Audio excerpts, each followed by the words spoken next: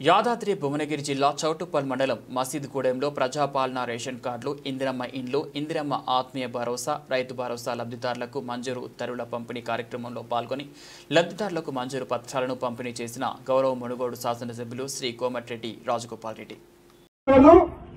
ఇందిరమ్మ ఇండ్లు వస్తాయి, కానీ ఒక్క మాట మీకు మాటిస్తున్నా, ఎవరన్నా రానోళ్ళు కూడా మీరు ఎటువంటి అనుమానం పెట్టుకోకండి. ఇంకెవరైనా తక్కువ పడితే కూడా లిస్టు యాడ్ చేస్తా. అది నా మాట, నా బాధ్యత. నేను చెప్తున్నా, 53 మందికి వచ్చినాక రానోళ్ళు ఎవరైనా ఉంటే మీరు ఆగమానం కావద్దు, ఆందోళన చెందొద్దు, ఎవరితో పంచాయతీ పెట్టుకోవద్దు, ఎవరిని మాటలు అనొద్దు. మిగతా వాళ్లకు న్యాయంగా పేదరికంలో ఉన్న వాళ్లకు ఎవరైనా రానోళ్ళు ఉంటే ఇప్పించే బాధ్యత ఎమ్మెల్యేగా నాది. అది కాంగ్రెస్ పార్టీనా, బీజేపీ పార్టీనా, బీఆర్ఎస్ పార్టీనా, ఇది పార్టీలకు సంబంధం లేదు. ఇది ప్రజల సొమ్ము. ప్రభుత్వం ఏ ప్రభుత్వం ఉన్నా ప్రతి పేదవాడికి సంక్షేమ పథకాలు అందించాల్సిన బాధ్యత మా మీద ఉన్నది. కాబట్టి శాసనసభ్యులుగా మీరు పార్టీలకు అతీతంగా తప్పకుండా ఈ లిస్టులో రానోళ్ళు ఎవరైనా ఉంటే కూడా వాళ్ళందరూ కూడా ఇప్పించే బాధ్యత మా అందరిదని చెప్పి కూడా నేను సందర్భంగా తెలియజేస్తున్నాం. అదేవిధంగా రెండోది ఇందిరమ్మ భరోసా, ఆత్మీయ భరోసా.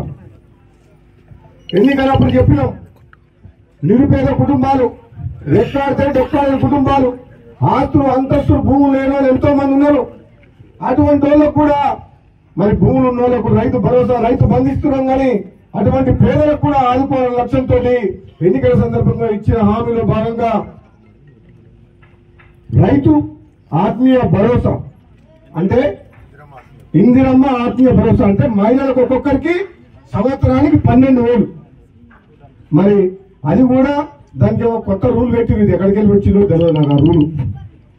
ముఖ్యమంత్రి గారు ఏ విధంగా మన కాంగ్రెస్ పార్టీ వచ్చిన తర్వాత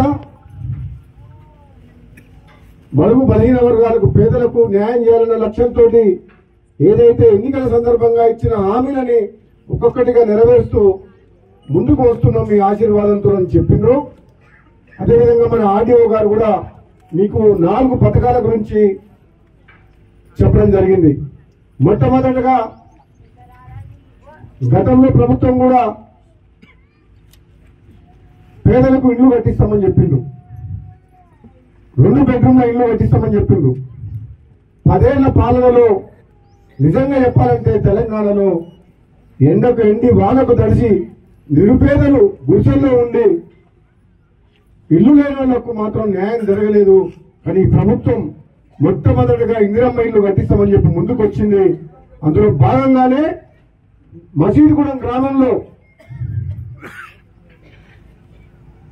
పేదోళ్లకు ఇళ్ల స్థలం ఉండి ఇల్లు కట్టుకోలేని వాళ్లకు, స్థలము లేకుండా కిరాయి ఇళ్లలో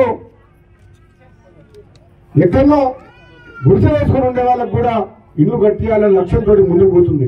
అందులో భాగంగా మొట్టమొదటిగా 53 మందికి స్థలం ఉన్న పేదలకు ఇల్లు కట్టివ్వాలని చెప్పి 53 మందికి మసీదుగూడెంలో ఈరోజు లిస్టు తయారు చేయడం జరిగింది. మరి నేను ఆర్డీఓ గారు మరి రాత్రి మరి ఈ లిస్టు తయారు చేసిండ్రు.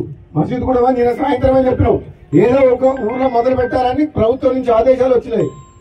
నేను అడిగిన చౌటుపల్లి మండలం ఏ ఊరు అంటే మసీదుగూడెంలో మా చుట్టాలు ఉండాలి అని చెప్పిన. ఉందా భూపాల్ రెడ్డి